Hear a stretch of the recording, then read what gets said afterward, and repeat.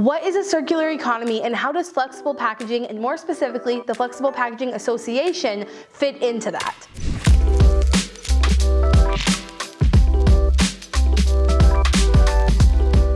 Hi, my name is Shelby. I'm a sustainability expert, content creator, and speaker, and I'm going to talk a little bit about how flexible packaging is going to help us have a overall more sustainable structure when it comes to packaging, shipping, materials, all that good stuff. But first, what is a circular economy?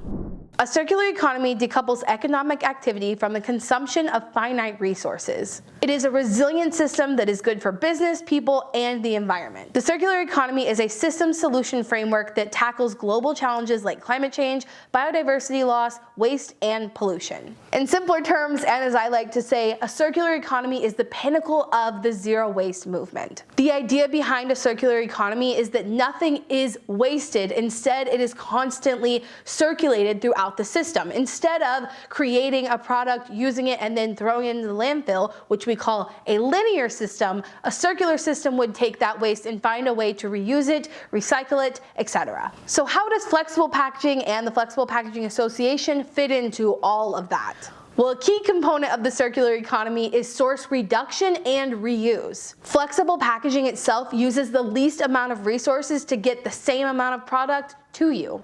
Flexible packaging uses less energy and water to create and creates less greenhouse gases through shipping and processing. Flexible packaging also creates less waste in the first place because by weight and mass it has less packaging than some other alternatives that you might have seen, and it protects the product much better, leading to less product waste overall. And flexible packaging is integral to refill and reuse systems. I have a great example for this. As I said in the beginning, I'm a sustainability expert, but I'm also a content creator, so I interact with a lot of sustainable brands. And one of the best examples of how flexible packaging is better than some other alternatives out there is with a very specific skincare brand that uses flexible packaging for their refill system. Their skincare is sold in glass jars and their refill system uses flexible packaging. What I find really interesting about this is that the brand actually discloses that there is less plastic in their refillable flexible packaging than there is in their glass jar. This is simply because the lid is also made from plastic, and by weight, flexible packaging has a lot less material. Hence what we discussed earlier about it using less resources in terms of greenhouse gases,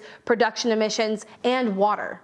And flexible packaging is also in line with the 3 R's, which is again a huge part of a circular economy, is to reduce, then reuse, then recycle. And since flexible packaging uses the least amount of resources to get the same product to you, it's reducing the amount of packaging needed, and also, like we said, reducing greenhouse gas emissions and water usage overall.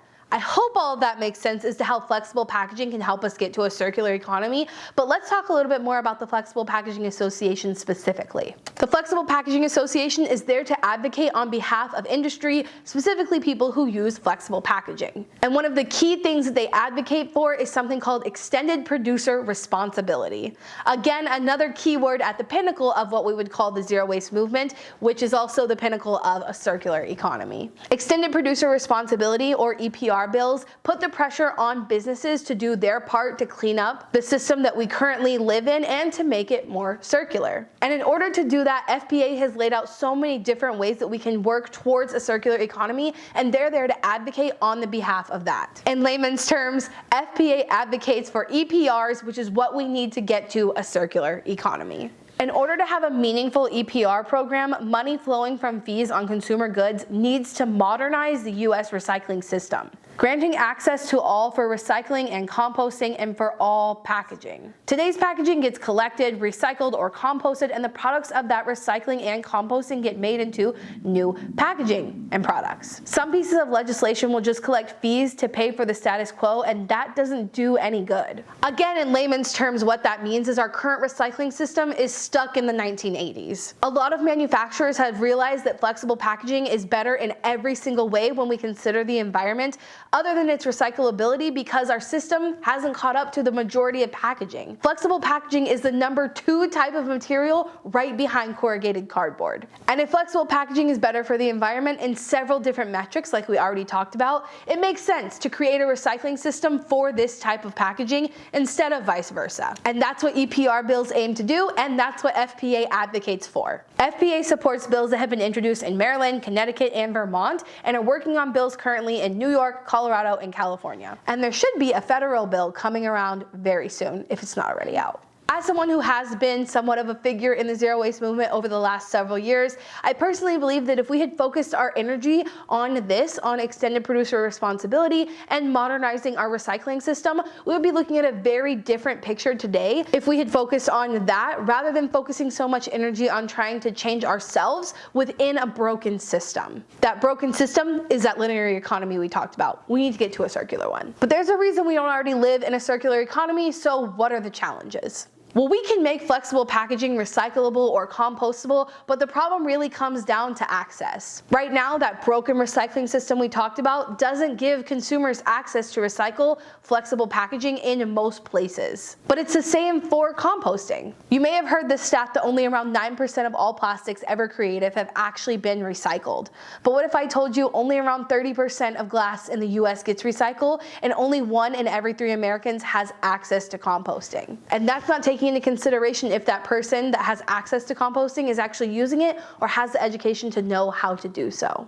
At the end of the day, if we create a circular economy, we would need to move away from this city-by-city approach and standardize an accessible recycling system at least a state-by-state basis, and even better on a federal level.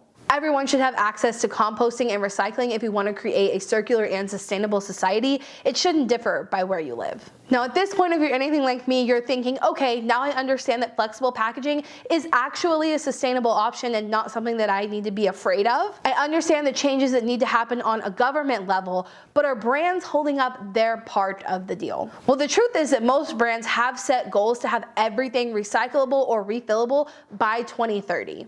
The Flexible Packaging Association is there to hold them accountable to those goals and help them get there by creating a system that makes sense for a circular economy and for brands to exist in it. Along with the refill systems, we're going to want to see a lot more post-consumer recycled material flowing through this system. Doing this would make more sense for brands financially and just for the pure ability to be able to find these materials. At the end of the day, it's all about changing the system that we live within, and we're already seeing a lot of movements towards the positive. Personally, I don't think this is up to one or the other governments, businesses, or individuals. I personally think it's going to take all of us, including me, you, and the Flexible Packaging Association.